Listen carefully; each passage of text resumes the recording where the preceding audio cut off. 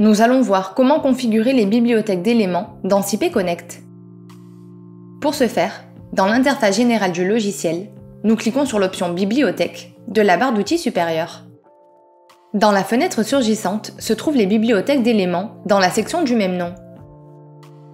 À partir d'ici, nous pouvons définir les bibliothèques de profilés en acier, vis, ancrage, électrode, section en bois, boulon, tige d'ancrage et tire-fond.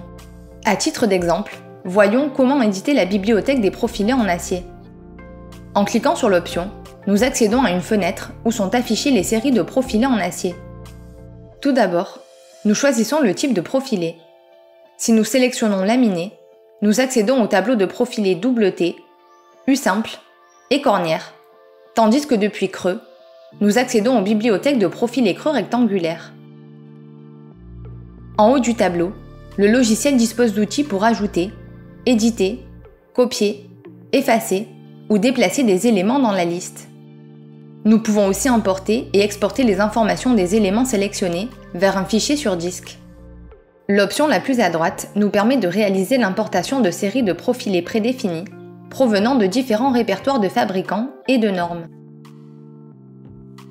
Chacune des lignes du tableau correspond à une série de profilés spécifiques qui possèdent une référence et une description. Nous pouvons consulter ou modifier les données en sélectionnant une série et en cliquant sur « Éditer ». De cette façon, nous accédons à la fenêtre « Série de profilés ». Tous les profilés définis dans la série sélectionnée sont affichés ici.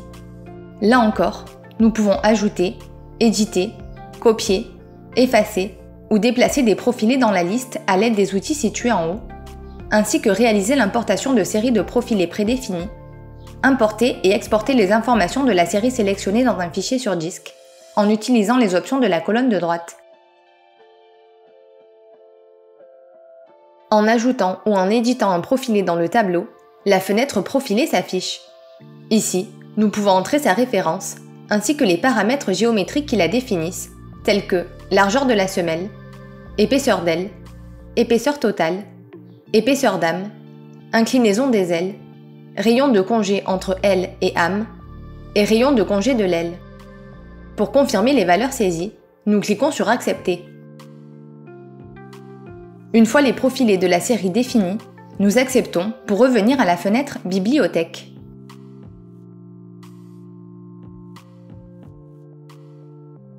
Sur le côté droit se trouve un certain nombre d'outils supplémentaires. Le premier bouton nous permet d'importer la configuration d'un pays ou d'une région donnée après l'avoir sélectionné dans la liste.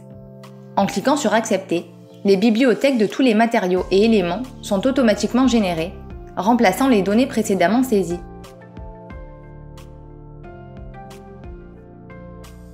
Plus bas, nous utilisons l'option Exporter pour enregistrer les informations de la bibliothèque dans un fichier spécifique. Par la suite, nous pouvons importer les bibliothèques enregistrées dans un fichier, dans n'importe quel ouvrage. Nous pouvons également effectuer une sélection d'un fichier avec des valeurs initiales pour la création d'un nouvel ouvrage. De cette façon, lors de la création d'un nouveau projet, le logiciel charge automatiquement les matériaux et les éléments enregistrés dans les fichiers sélectionnés, afin que les bibliothèques n'apparaissent pas vides. Après avoir à nouveau accepté, les profilés de la bibliothèque sont disponibles pour être utilisés dans la définition de profilés des assemblages.